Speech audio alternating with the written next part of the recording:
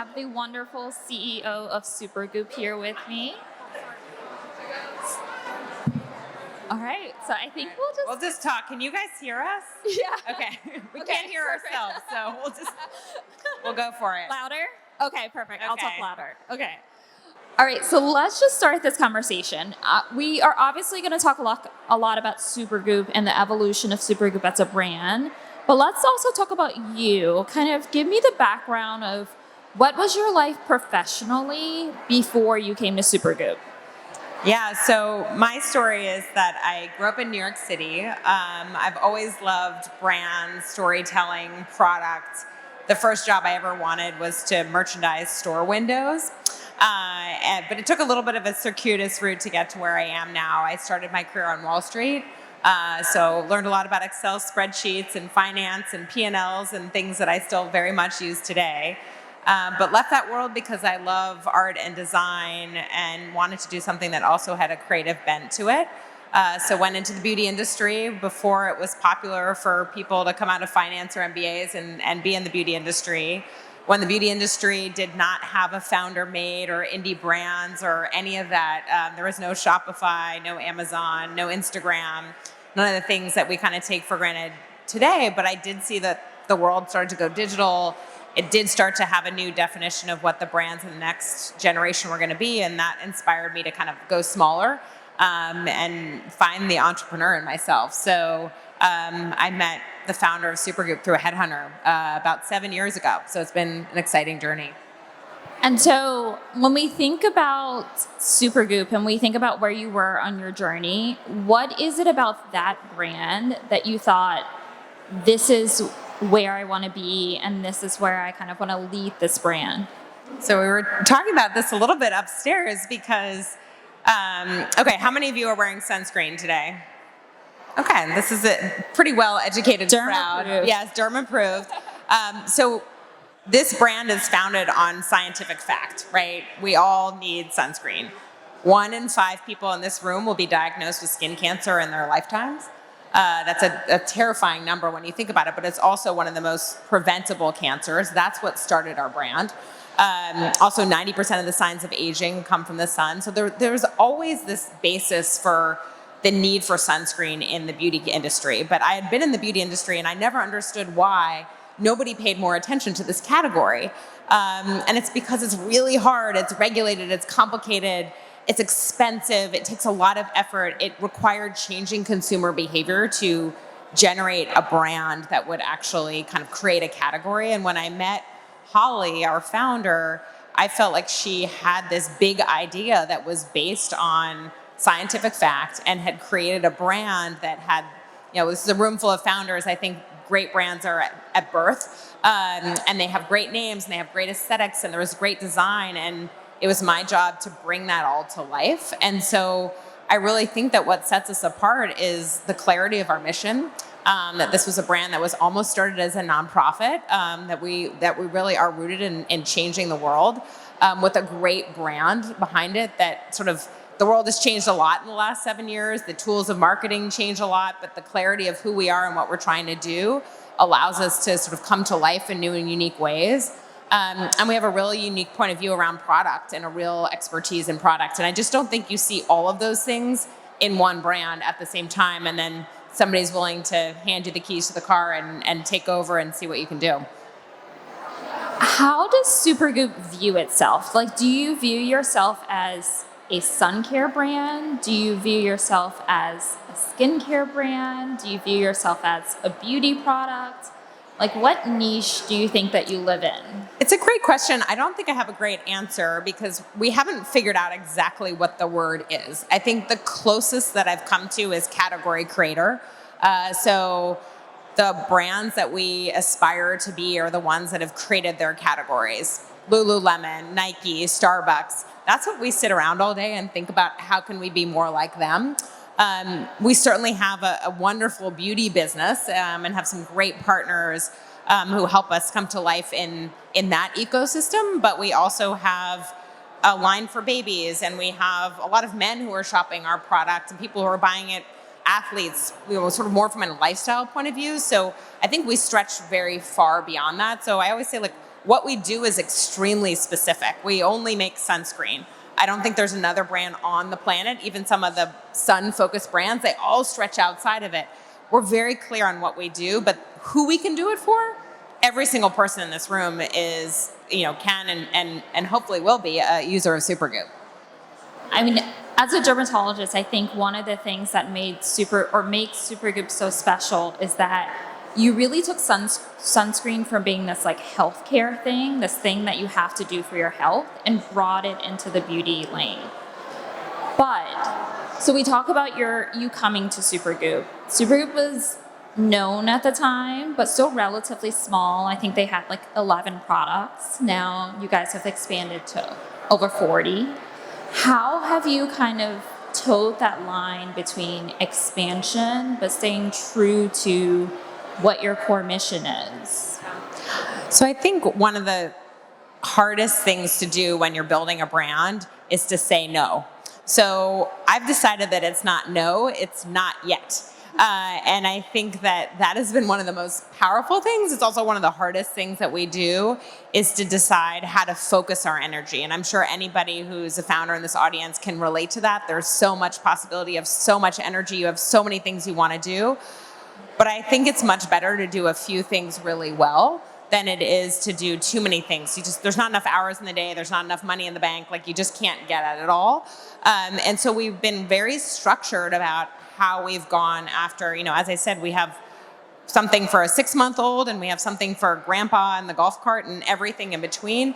We started anchored in the beauty space because the day that I showed up at Supergoop, we had one shelf and 100 Sephoras. And I knew how powerful that was and how influential that relationship could be. And so we had to really focus first on that makeup loving millennial. So we really just started, I remember the meeting where we just crossed off all the other things we weren't going to do. And now we're starting to think about some of those, but this is 7 years later when we're actually allowing ourselves to open up. We did a big campaign this year where it was the first time we ever targeted men, for example. So it doesn't mean that wasn't happening naturally, but we didn't put time and money and energy behind it from a marketing point of view. Same thing with international growth. I think it can be really tempting to go global really fast. We just launched Europe about 3 months ago. So that's, Supergoop is nearly 20 years old. So we took our time. I think it's very hard to do, but I think it's a really powerful lesson as you're building a business. Are there any lanes that you guys started going down and you realize, oh, this isn't right for us? I think not right. I think we have certainly dipped our toe into things and then felt like, oh, we're not ready to kind of go all the way in. I think, again, these conversations around other consumer bases, other countries, these things have been many years in the making, and we kind of start and then we back off, and then we, because it is so hard to, when you see the opportunity to sort of back off of it. But I think that we've always sort of believed do go slower. I think it's a marathon, not a sprint. I think that there's a lot out there that makes it sound like things are overnight successes and 3 years and then you exit, and I just don't think that's the reality of life. I think great brands are built over tens, hundreds of years. That's what we're trying to build. So if you have that frame of reference, no, not yet is actually a little easier to do because you know that the time will come. So I've never, and I don't really believe in, of course you make mistakes. Of course things don't go according to plan on a regular basis. But I also really believe all those things happen for a reason. So I don't tend to look back on things and think, oh, that was a huge failure. I just think it was a speed bump. I use that word a lot in our office. It's an important word. And when we go back to talking about changing consumer behavior, how are you guys so good at it? I have an amazing team who, some of the best product developers and marketers and folks in the business. And I think that it's for us, and this was really in the origin story of the brand, it's in its name. We have an exclamation point. We're taking a very serious subject. We're taking a product that people usually go, yuck, I hate that. And we're flipping the whole thing on its head. And we always say you can't say Supergoop without smiling. So you have to, if you want to create change, Yeah. we believe you have to create joy. People don't do things just because you wag your finger at them and you tell them and you scare them, but they do it because they love it. I mean, I think we all know that about our own behavior. And so one of the things that I love about this brand is that everything that we do from a marketing point of view should put a smile on your face. Even though what's behind it is a very serious topic, skin cancer. You just don't see that from us. So I think it just comes from the spirit of the brand. It comes from the origin story. Very excited about the color yellow. That was a great pick out of the box. It just feels a certain way. And one of the things that's really been interesting to watch as the brand has evolved over the last 7 years that I've been kind of with it is that the marketing toolkit does change. You have to build a brand that, okay, now it's Instagram, this week it's TikTok, goodness knows what it'll be in a couple of years from now. Don't build something that's just about being really good at one particular discipline, because I guarantee you that discipline is not going to be the thing that's, and I see so many brands kind of stumble when the world changes on them. And so I think you have to be really great at marketing, but you have to have a brand that lives above whatever the flavor of the moment is. And when we talk about the Supergoop brand, I don't think we can talk about it without talking about the founder. Holly is extremely involved. She's been involved from day one. So we have a lot of founders here. I'm sure people are looking at some point to add a CEO to their business. Can you talk about that close relationship, how you're both involved and how that works? Yeah. I mean, look, I think that it goes without saying, but it's important to say that every relationship is unique. A founder or CEO match is like every other relationship in your life. It's a marriage. There's some good matches. There's some that are not good, right? It's all about that right match between two people. And kind of I think you have to be very aligned on the end goal. The vision for Supergoop has become my vision too, but you also have to really be very clear about what your different strengths are. And Holly and I have never had to sit down and talk about that, but it's very clear what she wants to be doing and what I'm good at. And those things are very different. I think where those relationships don't do well is when there's too much overlap. And I think it's really important to be very clear up front about that. So, she's always the chief inspiration. If she were sitting on this stage, anyone who had not raised their hand about wearing sunscreen, I guarantee you'd be wearing not just one, but 10 products by the time she got off it. But she doesn't really want to be involved in the day-to-day running of the business and and the marketing and the product calendars and building a team and all those things. I think it's a very special person, and I have some very close friends in this industry who are both founder and CEO. I think that is often the exception rather than the rule. And that's great. That's a good thing. That's not a bad thing. And I think what made probably Holly's one of her most important secrets to success is that she's not afraid to ask for help. I think it's one of my secrets to success. I'm not afraid to ask for help. And so being a founder doesn't mean doing everything. I actually think being a founder means knowing how to let go and knowing how to have other people who are going to be, I would say this about my team. I can't do their jobs. I was telling you in the back, my head of marketing, she's the reason that we all think that Sunscreen is so cool. So that's actually the secret to all success, I think, is you don't do it alone. So just know that now. And I think the moment will present itself. Do you have any tips on hiring the right people? So if a founder is kind of in that moment where they're looking to build their team, CEO, CMO, any tips on that? I think it really depends on the stage of the business. So, and I'm even seeing this as our organization has evolved over time. So when I joined Supergoop, we were under 10 people. And we're now getting close to the 150 mark. So the person that really made sense at that stage is a very different person, and that's okay. Again, I don't think these things are right or wrong. So I think the advice that I would give someone right about that first hire is you're hiring people that kind of want to wear 100 different hats.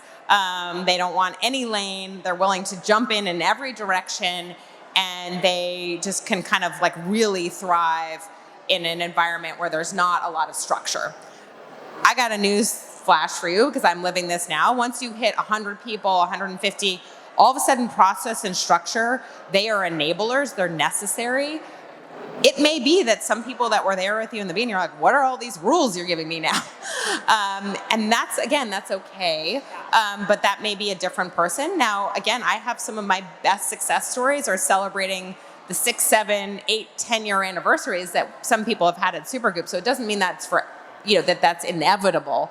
But I think the one thing that is constant in an entrepreneurial journey is change. Like, there's just no way around it. And so embracing change, embracing what comes with it, I think I've learned to find the joy in that and to thrive in that.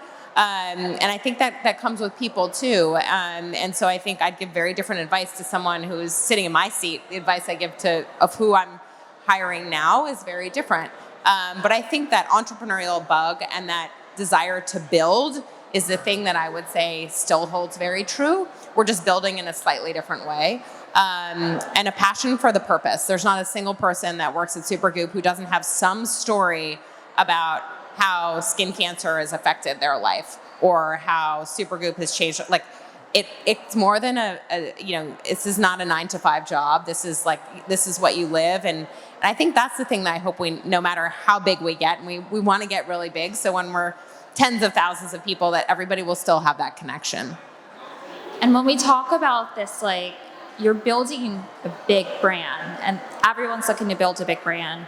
How do you stay grounded as a person? How do you stay, like, I'm sure at some point it becomes overwhelming. You're the lead of this brand. Like, are there habits, rituals, people?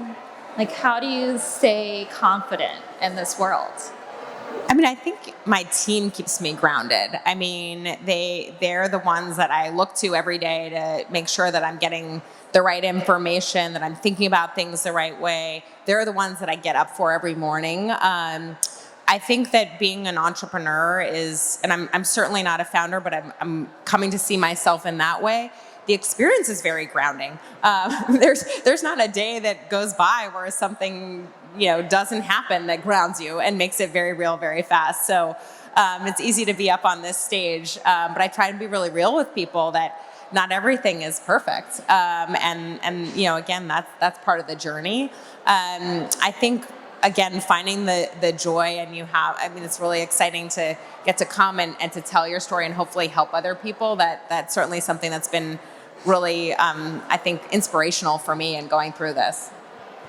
And any last words, any last pieces of wisdom for the founders in the audience? I think, the thing that I love about founders, and I have like a deep, deep, deep respect for it, is you have a point of view. Don't ever let anybody tell you that it's wrong or it should be different. I mean, if I had a nickel for how many people told me that sunscreen was a mass category and that I was crazy to take this job, and I think how many people told Holly that Supergoop was a weird name, and just don't ever let somebody tell you that you don't know what you're doing, because you do. You wouldn't be doing it otherwise. And never give up. This is a roller coaster. Entrepreneurship is a roller coaster.